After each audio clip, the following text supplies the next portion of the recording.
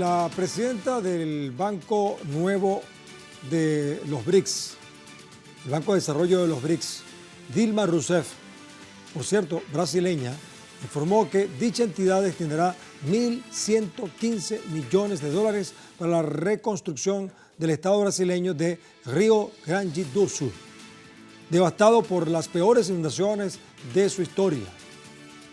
En el momento cuando llega a al menos 148 el número de muertos y más de 2 millones de damnificados por esta situación, Rousseff, quien fue presidenta, por cierto, de Brasil durante el periodo 2011-2016, detalló que los fondos que entregará el Banco del Bloque de los BRICS ayudarán a reconstruir en forma rápida la infraestructura urbana como hospitales, escuelas y el sistema de saneamiento, así como a invertir en prevención de catástrofes climáticas por el Estado federal.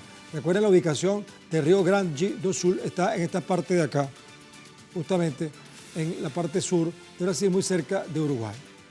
Bueno, ahora el nuevo Banco de Desarrollo impulsado por el grupo BRICS ofreció un aproximado de 1.000 millones de dólares en ayuda ante la crisis climática que azota al sur de Brasil. Las fuertes lluvias e inundaciones en esta zona del país han dejado hasta el momento, ojalá sea hasta ahí, 148 muertes y más de 2 millones de personas afectadas, damnificadas pues. Todo esto según datos recientes. Es por esta razón que el bloque internacional se compromete a financiar la recuperación de la infraestructura del estado Río Grande do Sul, después de 2 semanas de lluvias que aún no cesan, por cierto. La solidaridad que muestra el grupo BRICS evidencia en su política de un nuevo sur global para apoyar e impulsar a nuevas potencias emergentes que durante años han sido ignoradas por algunas potencias de Occidente.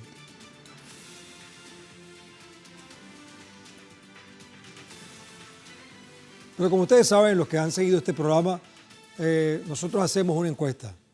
Debo recordarles que a través de estas redes sociales, a lo largo del día hemos sondeado la opinión de nuestros usuarios sobre nuestro tema de hoy. Algunos, como ustedes saben, ya han participado, están respondiendo la pregunta que les hicimos al respecto, pero vamos a contextualizarla para que otros participen. Como hemos dicho, el banco BRICS, que es el banco de este grupo grande que se está formando, da cerca de 1.115 millones de dólares a Brasil por estas inundaciones. Pero la ultraderecha brasileña ataca al presidente Lula da Silva y su gestión también en esta emergencia climática. Ahora, ¿qué intereses económicos y políticos hay en medio de esta crisis? Hemos colocado 4 opciones. La primera es, primero, que el BRICS es una realidad. La segunda es que Lula acierta con hechos. La tercera es que es una jugada política de los BRICS. Y la cuarta es que la oposición tiene sus razones. Cualquiera de sus respuestas es bienvenida porque pueden seguir participando, pueden seguirlo haciendo a través de estas cuentas en X, @TelesurTV, @El Mundo en el Sur, @Guillermo Telesur y @MásGenteDespierta, porque más adelante vamos a revisar y asociaremos todas las respuestas para observar las tendencias que ustedes están creando.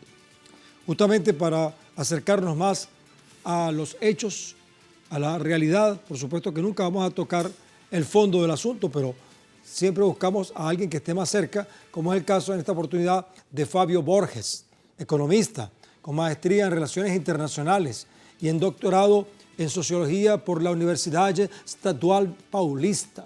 Nos acompaña desde Foz do Iguazú, que es como decir la boca de Iguazú en Brasil. Fabio, ¿cómo estás? Bienvenido.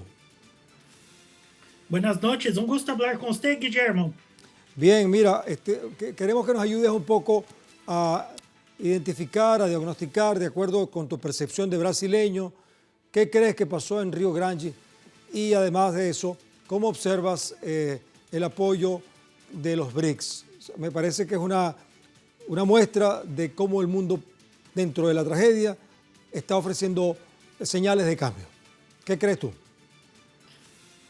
Bueno, es un momento muy trágico en la historia del Brasil, probablemente uno de los momentos de la más grande tragedia en la historia, especialmente en los cambios climáticos, los problemas ambientales que el país está enfrentando.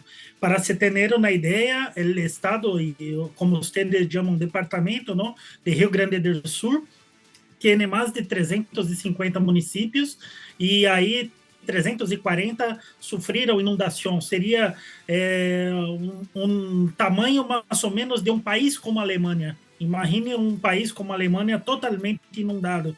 Então, sem dúvida, é uma tragédia tremenda. E por aí vêm muitos pontos importantes.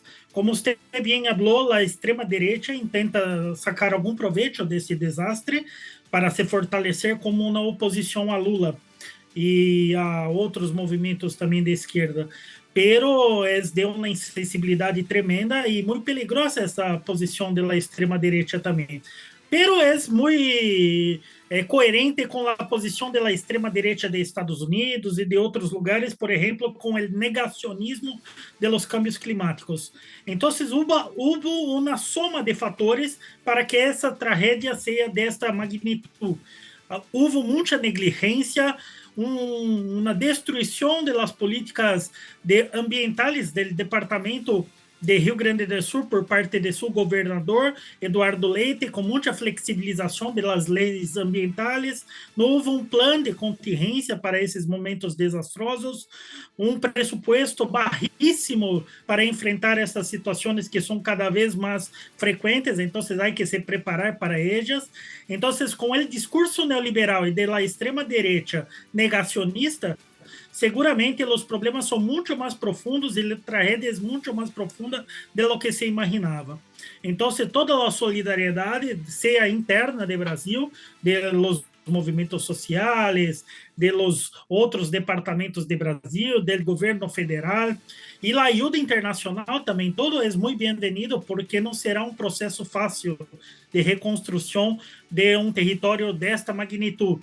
E aí vem o Banco de los BRICS, com Dilma Rousseff, que é muito representativa do Rio Grande do Sul, ela é de aí também, então não é mera coincidência que ela esteja tão sensibilizada por isso, e agora tem esse rol muito importante como presidenta do novo Banco de Desenvolvimento de los BRICS, e aí é muito coerente com o novo Banco de Desenvolvimento de los BRICS ter um rol em este momento tão trágico, porque a ideia do novo Banco de Desenvolvimento de los BRICS é a defesa do multilateralismo e da criação de organismos multilaterais muito mais eficientes do que os que já existem na ONU, como o Banco Mundial, como o Fundo Monetário Internacional, que são organismos muito vagarosos, muito ineficientes, se toma muito tempo para tomar medidas. Então, a ideia do novo Banco de Desenvolvimento de los BRICS é que seja uma estrutura muito mais flexível, muito mais sencilla e muito mais eficaz em este sentido, que há suporte especialmente para problemas de energia limpa, financiamento a saneamento básico. Então, há uma preocupação ambiental em todas as inversões do novo Banco de Desenvolvimento de los BRICS. Então, sem dúvida, será muito importante este aporte, e eu creio que é importante para o governo de Rio Grande do Sul receber este aporte, e é importante para o Banco de Desenvolvimento de los BRICS, que demonstram toda sua capacidade de atuação em momentos tão trágicos como o atual que o Brasil vive. Bien, Fabio, entonces qué bueno que introdujiste esos conceptos acerca de los BRICS, porque justamente quisiera que conociéramos las funciones del nuevo Banco de Desarrollo creado por los BRICS. Fíjate que desde 2015 ha aprobado 92 proyectos por un monto total de 31.000 millones de dólares. Moviliza recursos para proyectos de infraestructuras como energía limpia, salud y protección ambiental de sus países miembros, economías emergentes y países en desarrollo. La entidad financiera multilateral también explora oportunidades para proporcionar financiación en las monedas nacionales de otros miembros en condiciones competitivas, con el objetivo de alinearlos con la Agenda 2030 para el Desarrollo Sostenible y el Acuerdo de París sobre el Cambio Climático. De tal manera que este banco no es solamente un ente financiero, es un ente de cooperación. No es lo mismo, pero se me asemeja mucho al espíritu de los países del ALBA, que son cooperativistas, que son solidarios, solo que en este caso la solidaridad, el concepto del Banco de los BRICS, es con dinero contante y sonante para situaciones como esta, ¿verdad, Fabio? Mira, tú hablaste de varios aspectos del gobernador de Río Grande, y de las fuerzas neoliberales. Tengo entendido que ese territorio está dominado por gente muy identificada con el neoliberalismo, con la oposición de derecha radical, incluso contra Lula. Es un gran desafío para Lula ahora enfrentar esta situación con ese lugar, además con características políticas tan particulares, ¿no? Cuéntame. Seguramente. O poder local, especialmente desses departamentos do sul do Brasil, do centro-oeste do Brasil, que está muito relacionado ao agronegócio, a setores mais conservadores. Então, a extrema-direita por aí tem grande apoio e seguramente querem boicotar as iniciativas e desgastar a imagem de Lula, do governo do PT. Pero, por outro lado, justamente é uma situação tão trágica que mesmo os políticos de direita, mesmo a extrema-direita, tendria muita dificuldade de evitar que se haga um plano governamental muito expressivo diante de uma situação tão catastrófica como é a situação atual. Então, por este lado, eu creio que se fragiliza a extrema-direita com o negacionismo, com também a transmissão de fake news, tentando inibir as donações. Incluso o próprio governador de Rio Grande do Sul estava preocupado que o excesso de donações poderia generar impactos negativos a los comerciantes locais, que chegaria muitas mercancias e os comerciantes locais. Então, uma visão muito liberal. Pero por aí também não queda outra alternativa que aceitar essas ajudas internacionais. Pero são processos complexos, porque não basta enviar dinheiro. Há que ter planeamento, há que ter seriedade em las obras, há que ter algum tipo de fiscalização de todo este processo que exige uma quantidade de plata para a reconstrução muito grande. E eu creio que aí os bancos de inversão, as agências internacionais têm uma experiência de fazer esses tipos de projetos. Então, a chance do projeto sair bem é muito mais grande do que apenas com o voluntarismo. E aí, o novo Banco de los BRICS tem este espírito de la cooperação sur-sur, uma cooperação mais linear, uma cooperação horizontal. Qual é uma das críticas muito grandes à FMI, ao Banco Mundial? Normalmente não era uma cooperação, era uma imposição. Eram préstamos condicionados. Se você não hiciera o que os economistas de Estados Unidos, de Europa determinavam, eles simplesmente não enviavam a plata. Agora, a ideia do Banco de los BRICS é não ter estas condicionalidades, prestar o dinheiro, ter algum tipo de planeamento, de controle sobre essa fiscalização, sobre a eficiência do uso desses recursos, mas sem esse mecanismo imperialista de condicionalidades. Ok, Fabio, brevemente me gustaría, muy brevemente me gustaría que tú me indicaras lo siguiente. Tengo entendido que hay unas teorías científicas que señalan que hubo una deforestación por el agronegocio en esa zona y eso facilitó que la llegada de masas de aire caliente se concentraran con las de frente frío del sur y crearan una especie de posibilidad de estas lluvias en Río Grande. ¿Existe esa hipótesis? ¿Tú la manejas también? Existe essa hipótese. Claro que há especialistas ambientalistas que poderiam dizer isso com muito mais tecnicidade. Pero, sem dúvida, o que vemos em Brasil, ano passado, em Petrópolis, em Rio de Janeiro, em Nordeste de Brasil também, então, em la Amazônia brasileira também. Então, cada vez mais vemos esses fenômenos climáticos cada vez mais desastrosos, cada vez mais profundos, e não há como não relacionar isso a um contexto mais general dos câmbios climáticos e dos impactos da atuação do ser humano, especialmente das grandes empresas transnacionais, do agronegócio, da monocultura e os impactos que isso traz. Justamente, e claramente, Fabio, isso genera impactos. Vamos a cerrar justamente esta primera parte con un video, ¿verdad? Vamos a ir a una pausa y regresamos. Un video que nos muestra un trabajo que hizo un compañero nuestro.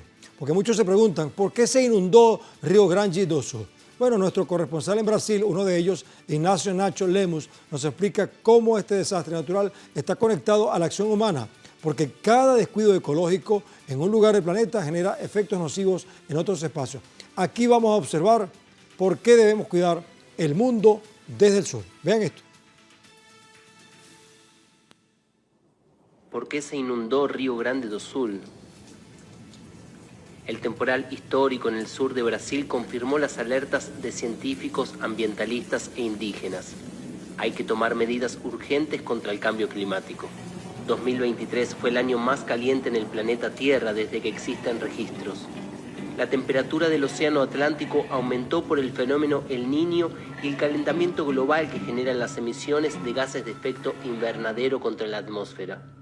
La mayor parte de las corrientes oceánicas de aire caliente que llegan a la Amazonía rebotan en la cordillera de los Andes. La evapotranspiración envía la humedad de la selva al sur del continente a través de ríos voladores, pero la región oriental de la Amazonía se redujo por la deforestación en los últimos 50 años. La ausencia de la vegetación como un refrigerador del clima provocó la cada vez más frecuente e intensa aparición de masas de aire caliente en Brasil. El frente frío que debería llegar al país desde Uruguay y Argentina se estancó en Río Grande do Sul, bloqueado por una masa de aire caliente y seco. Eso generó lluvias extremas. Las regiones serranas de Río Grande do Sul quedaron bajo el agua. El nivel del río Tacuarí subió 33 metros. Al fenómeno global se suma la degradación local de los suelos por los monocultivos y agrotóxicos y la deforestación de la vegetación nativa que serviría como contenedor hídrico. Las aguas se desplazaron hacia el río Guaíba y la capital Porto Alegre presenció imágenes inéditas. Muertes, destrucción, desabastecimiento de agua, energía eléctrica y comida. 620.000 personas quedaron afuera de sus casas y más de 2 millones se vieron afectadas. El planeta avanza hacia un aumento de la temperatura de 3 a 3 grados y medio hasta fin de siglo, más del doble que el límite crítico establecido por el Acuerdo de París. Regenerar la vegetación, adaptar las ciudades al nuevo contexto climático, fortalecer la Amazonía con proyectos de desarrollo para sus comunidades y reducir ya las emisiones de gas de efecto invernadero son tareas urgentes para que lo que ocurrió en Río Grande do Sul no se repita.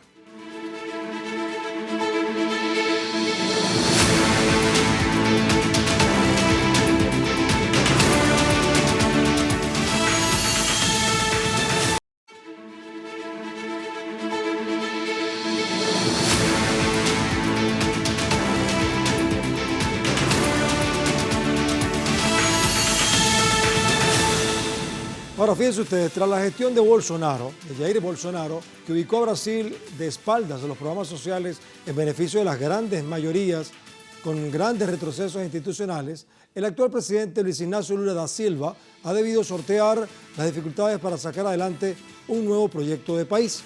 El mandatario brasileño se ha enfrentado desde el inicio de la actual gobernanza a medidas impuestas por el Congreso bolsonarista, que solo busca mermar su capacidad política.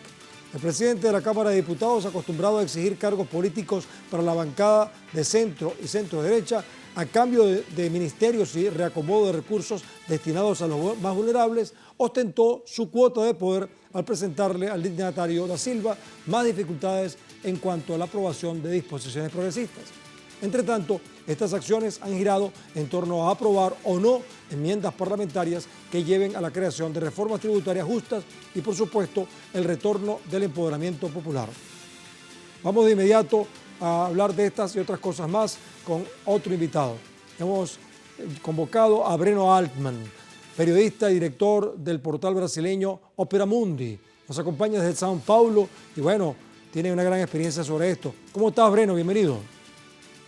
Hola, muchas gracias por la invitación. Un honor estar acá con ustedes de Telesur otra vez. Breno, ponme en contexto cómo está el escenario político brasileño, parlamentario, los poderes fácticos, los poderes económicos influyendo sobre el mandato de Lula. ¿Cómo se enfrenta ahora Lula a este desafío ambiental, pero con unas circunstancias políticas adversas? ¿Cómo puede resolver Lula esta situación ahora? Mira, como se sabe, Lula no tiene mayoría parlamentaria. La mayoría del Parlamento brasileño es de derecha, es conservadora, es neoliberal. Y delante de la situación de Rio Grande del Sur, claro que ellos están un poco en la defensiva porque no pueden mantener sus propuestas neoliberales delante de una tragedia de esa dimensión, porque eso significaría perder votos y las elecciones municipales van a ocurrir en algunos meses. En octubre tenemos elecciones municipales acá en Brasil. Entonces, el presidente Lula logró en esos días, inmediatamente después de la inundación en Rio Grande del Sur, el presidente Lula logró avanzar en una serie de cuestiones legislativas que permiten al Poder Ejecutivo ofrecer al Estado de Rio Grande, digamos, un socorro, un apoyo bastante amplio, ¿no? El presidente Lula logró un decreto, la aprobación de un decreto de calamidad pública y ha logrado otras deliberaciones legislativas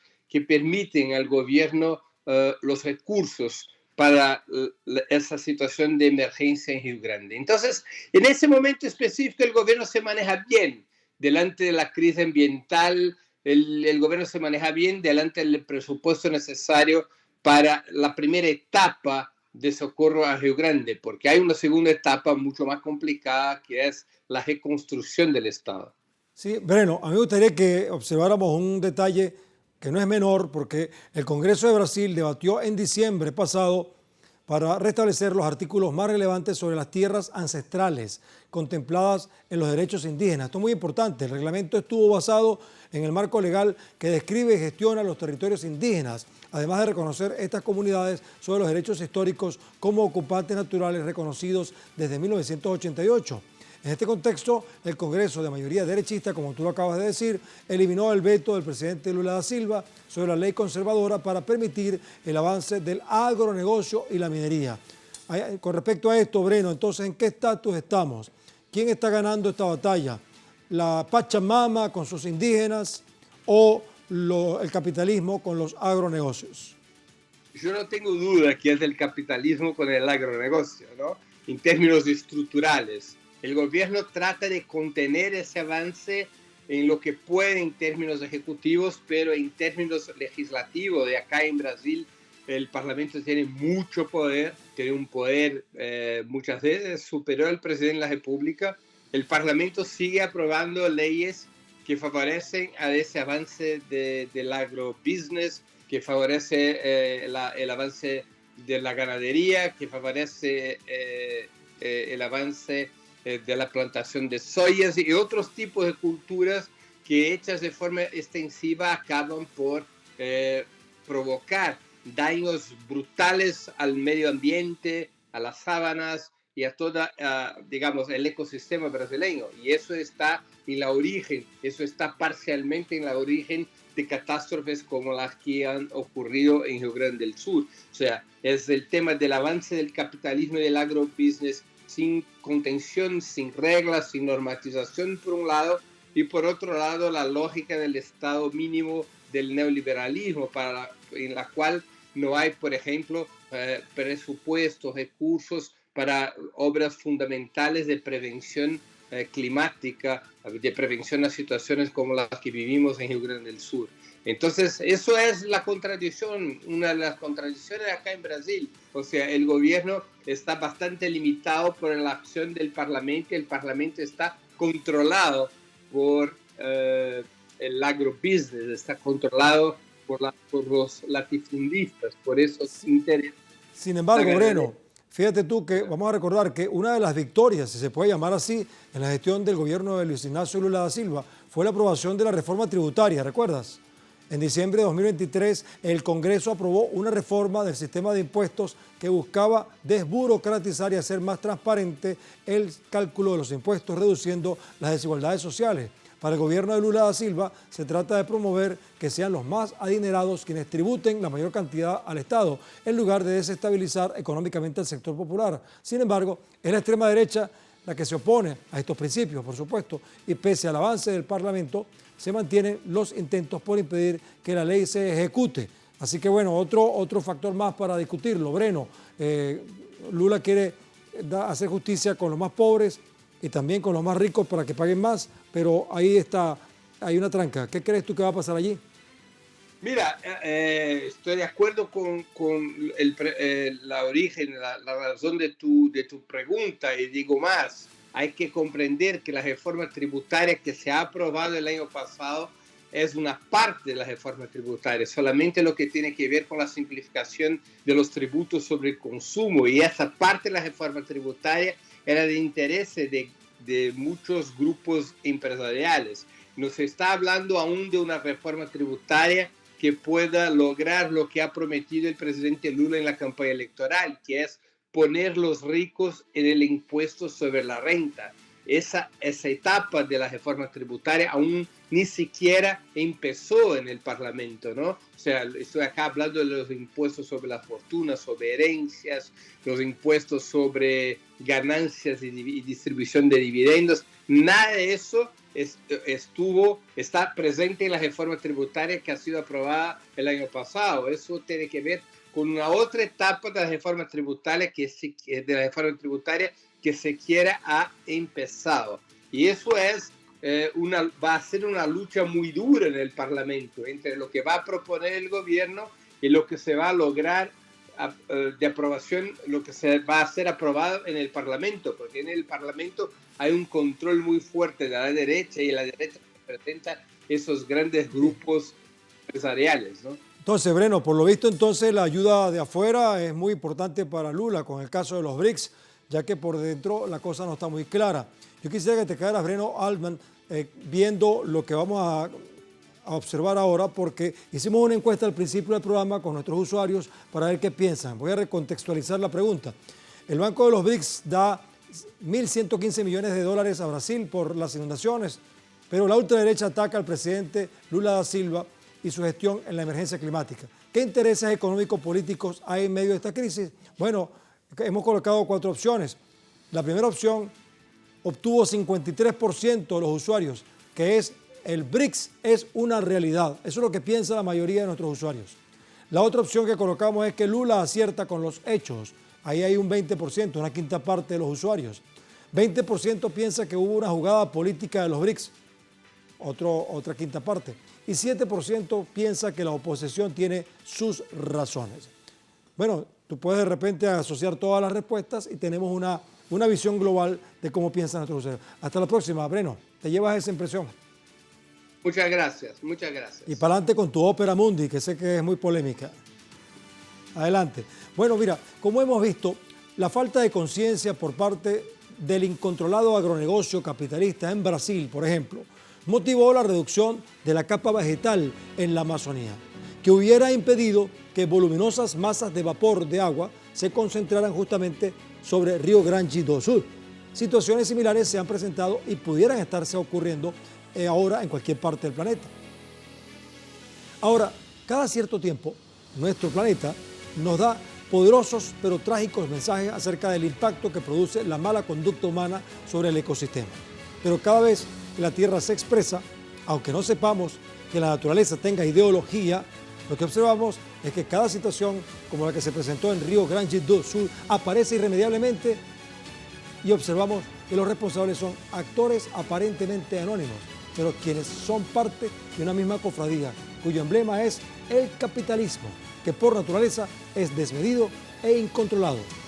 Por eso, y más, es que se oyen voces que claman que no se trata de cambiar el clima, sino cambiar el sistema del mundo desde el sur.